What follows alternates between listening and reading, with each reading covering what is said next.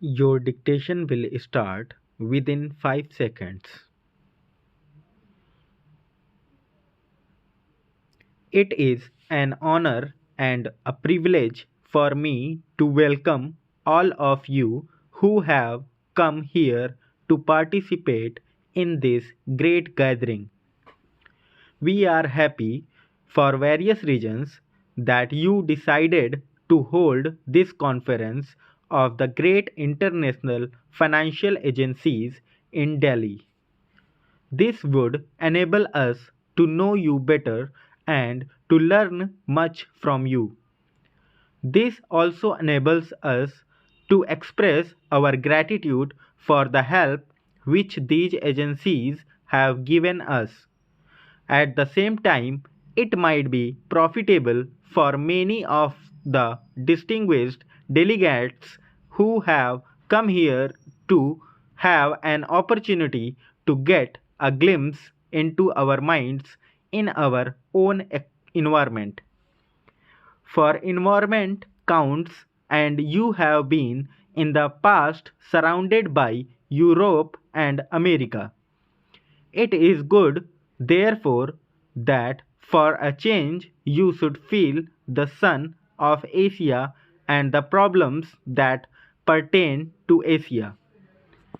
I do not mean to say that Asia is one solid who thinking alike and acting alike. Of course not, and yet it may have certain common features. Even now, you have the problems of West Asia which are peculiar to it. You have the great tensions and dangers at present in the Far East Asia, and you have the problems of Southern Asia. The problems are different, but they have a major connecting link, which is the tremendous ferment and change in Asia. Another important factor which you may remember is that Asia is not continent which has only recently come into the light, if I may say so. If a conference of this nature could have met some 300 years ago, it would probably have found that apart from other fields of thought, Asia was rather ahead of the rest of the world, even in the technological sphere.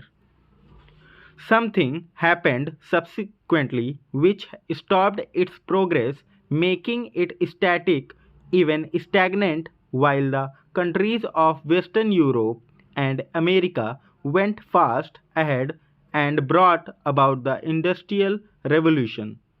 Europeans came to India because India was a producer not of raw materials but of manufactured goods which went to Europe and elsewhere.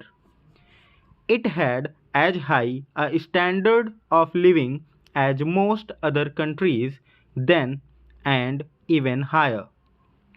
With the Industrial Revolution, changes took place with an ever increasing rapidity which made the industrialized communities of the West wealthier, while for a variety of reasons, we in the countries of Asia actually went backwards.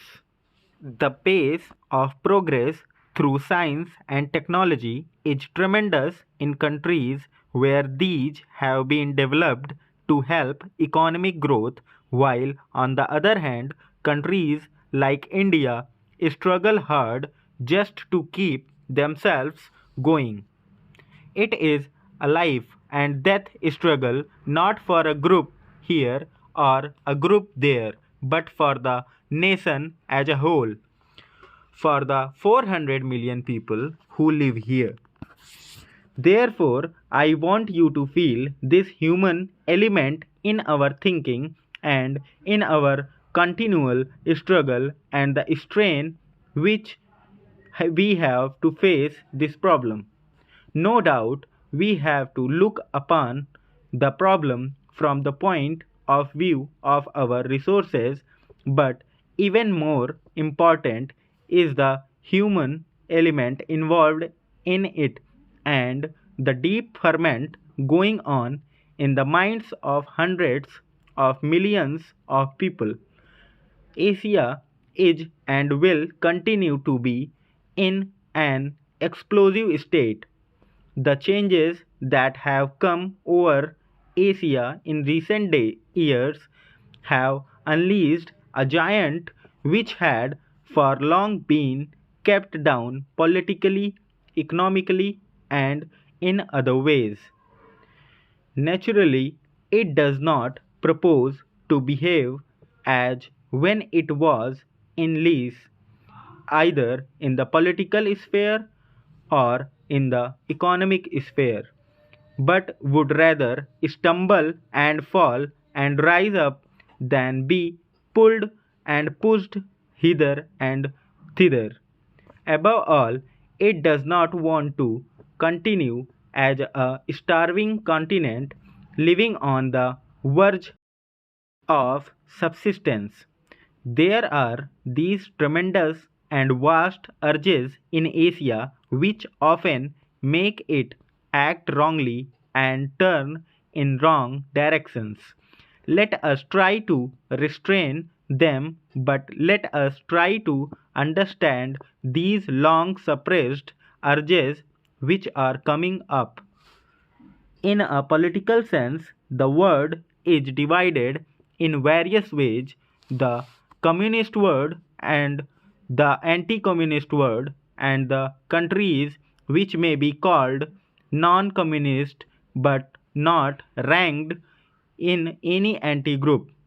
Yet the major division of the world today is the division into the undeveloped communities and the industrialized or the developed communities, whether you talk of a communist state like the Soviet Union, which has become an industrialized state, or the many non communist states which are highly industrialized. Though the latter may differ in their politics and in their economic theories, in the final analysis they worship the same God, the God of industrialization, of higher production, and the utilization of nature's power and resources to the greatest advantage. On the other hand, the underdeveloped countries struggle hard